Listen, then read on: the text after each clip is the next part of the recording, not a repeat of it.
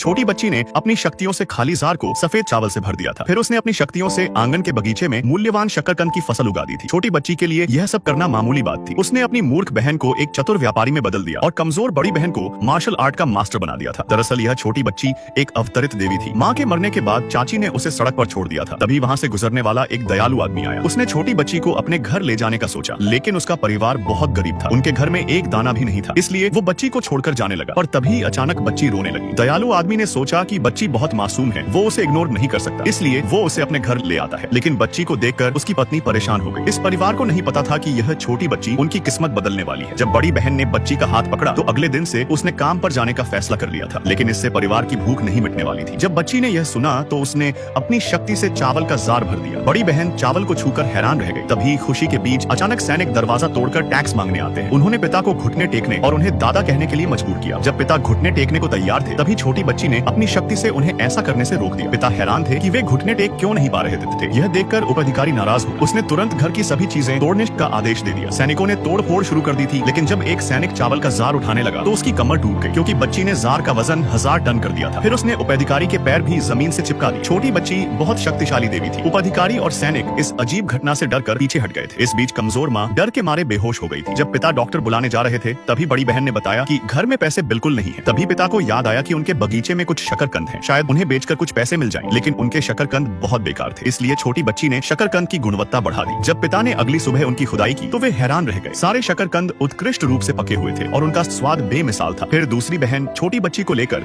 शकरकंद बेचने बाजार चली आती है, लेकिन उनके सामने की दुकानदार और घर की मालकिन उन्हें परेशान करने लगी थी। वो कह रही थी कि उनकी शकरकंद कोई नहीं खरीदेगा क्योंकि ये खाने लायक नहीं है। उसने बड़ी बहन के पैर भी कुचल दिए थे। तभी छोटी बच्ची ने अपना जादू चलाया। उसने परिवार की दूसरी मूर्ख बहन का दिमाग तेज कर दिया था। इसके बाद दूसरी बहन पूरी तरह बदल गई। उसने मालकिन को ऐसे कड़े शब्द सुनाए कि भीड़ के कानों से खून निकलने लगे थे। फिर दूसरी बहन ने चतुराई और बुद्धिमत्ता से लोगों की भीड़ इकट्ठी की और अपने ताजा स्वादिष्ट शकरकंद की गारंटी दी कि अगर खराब निकले तो वो दोगुने पैसे लौटाएगी। दूसरी बहन ने कुल 80 युआन में शकरकंद बेच डाले और अभी भी काफी शकरकंद बचा हुआ था। घर जाते समय अचानक एक अमीर परिवार का युवा मालिक सामने आया जो बहुत बड़ा बेईमान था। उसने दूसरी बहन को छेड़ने की कोशिश की, लेकिन लड़की ने उसके हाथ को काट लिया। वो लड़की के साथ दुर्व्यवहार करने लगा था। जब बड़ी बहन उसे बचाने आई तो उस बेईमान लड़के ने उसे धक्का देकर नीचे गिरा दिया था। वो लाठी लेकर लड़ना चाहती थी, लेकिन एक चाचा ने आकर उसकी लाठी तोड़ दी। वो चाचा उस बेईमान लड़के का साथी था। यह सब देखकर छोटी बच्ची गुस्से में आ गई और उसने अपनी शक्ति से बड़ी बहन को मार्शल आर्ट की मास्टर बना दिया था। फिर बड़ी बहन ने उस बेईमान लड़के और उसके चाचा की जमकर बैंड बजा दी।